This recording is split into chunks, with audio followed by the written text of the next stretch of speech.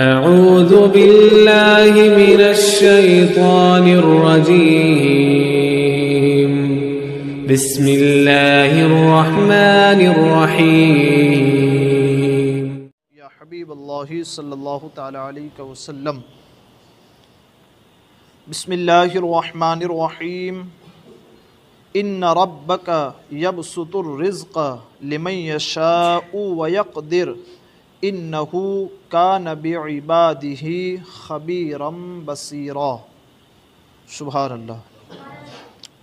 ترجمہ یہ ہے، ان یقیناً بے شک، ربک تمہارا رب، یقیناً تمہارا رب، یبسط الرزق جس کے لیے چاہتا ہے رزق کھول دیتا ہے، یبسط الرزق لمن یشاء، یبسط کھولنا، رزق لمن یشاء جس کے لیے چاہتا ہے، یقیناً تمہارا رب جس کے لیے چاہتا ہے اس کے رزق کو کھول دیتا ہے۔ کھول دیتا ہے اسے مطلب اس کو مالدار کر دیتا ہے۔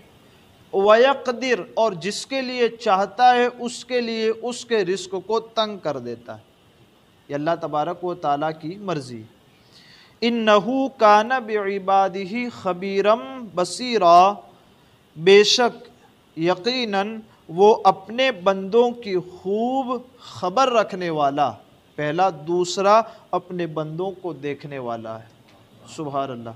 ٹھیک ہے، یہاں یہ بات سمجھ میں آتی ہے کہ رزق کا کشادہ، رزق کا بڑھ جانا یا رزق کا کم ہو جانا یہ ہماری محنت پر نہیں ہے کہ ہم یہاں بھی جائیں وہاں بھی جائیں تو بہت زیادہ رزق مل جائے گا، یہ نہیں ہوتا۔ دن میں 24 گھنٹے میں 24 گھنٹے نوکری کر لے، کہا اس سے رزق بڑھ جائے گا، کہا اس سے نہیں بڑھتا۔ کہا رب جس کے لیے چاہتا ہے اس کے لیے اس کا رزق کھول دیتا ہے، اور جس کے لیے چاہتا ہے اس کا رزق تنگ کر دیتا ہے۔ کوئی بندہ ہوتا ہے 24 گھنٹے نوکری کرتا ہے لیکن پیسے ہی نہیں آتے اس کے بعد۔ تو یہ رب کی قدرت ہے، یہ حکمت کاملہ ہے اللہ کی کہ جس کے لیے چاہتا ہے اس کو رزق بڑھا دیتا ہے اور جس کے لیے چاہتا ہے اس کا رزق کم کر دیتا ہے۔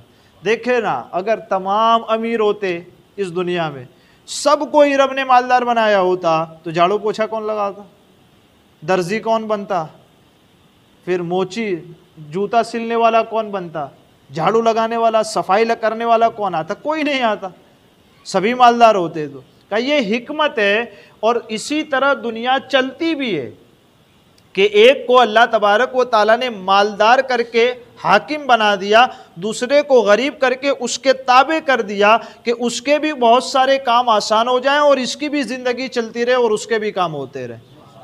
تو یہ اللہ تبارک و تعالیٰ کی حکمت ہے۔ ہاں یہ ہے کہ جب ہمارے پاس مال ہو تو ہمیں شکر کرنا چاہیے۔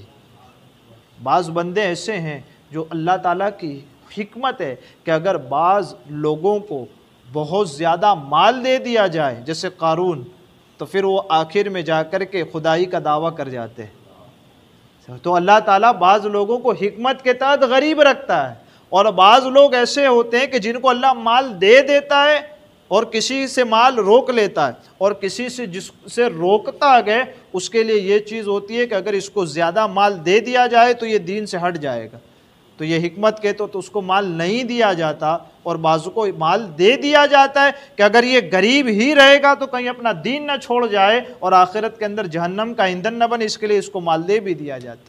تو یہ اللہ تعالیٰ کی حکمت ہوتی ہے۔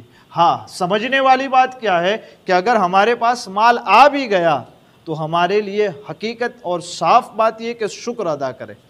لَإِن شَكَرْتُمْ لَأَزِيدَنَّكُمْ، جو ہماری نعمتیں ملنے پر ہمارا شکر ادا کرتے ہیں ہم ان کو اور دیتے ہیں۔ یہ قرآن کا فیصلہ ہے، یعنی کہ رزق ہم چاہیں تو نہیں بڑھتا، ہاں جتنا رزق ہم کو ملا ہے اس پہ شکر کریں تو ضرور رزق بڑھ جاتا ہے، یہ چیز۔ اور اگر ہم ناشکری کریں، لَإِن شَكَرْتُمْ لَأَزِيدَنَّكُمْ وَلَئِن كَفَرْتُمْ، اور اگر ناشکری کریں، إِنَّ عَذَابِي لَشَدِيدٌ، تو میرا عذاب بڑا سخت ہے۔ تو وہ عذاب اس دنیا میں بھی ملتا ہے کہ انسان غریب سے غریب ہوتا جاتا ہے، اور قیامت میں پھر اس کو اس کا حساب بھی دینا ہے نعمتوں کی ناقدری کے بارے میں۔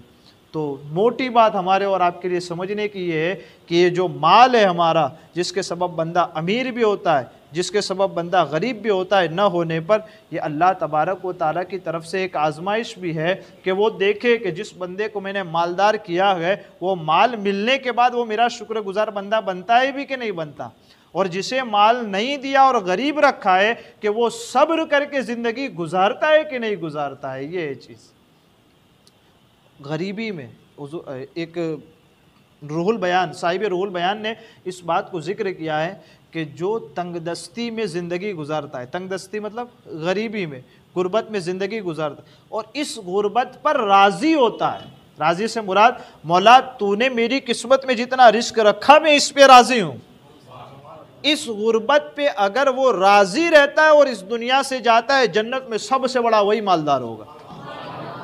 اس نے غریبی کے اندر زندگی گزاری ہے، اللہ تعالیٰ فرماتا ہے اس کو ہم جنت میں سب سے بڑا امیر بنا دیں گے، اس لیے کہ اس نے صبر کر کے اپنی زندگی گزاری ہے، مانگ کے نہیں گزاری۔ اللہ تعالیٰ مجھے آپ کو کہنے سننے سے زیادہ علم اور عمل کی توفیق عطا فرمائے۔ ہمارے کہنے آپ کے سننے میں عامدن سہون کوئی خطا ہوئی ہو، اللہ عز و جل اپنے حبیب کے صدقے اسے معاف فرمائے۔ استغفر اللہ ربی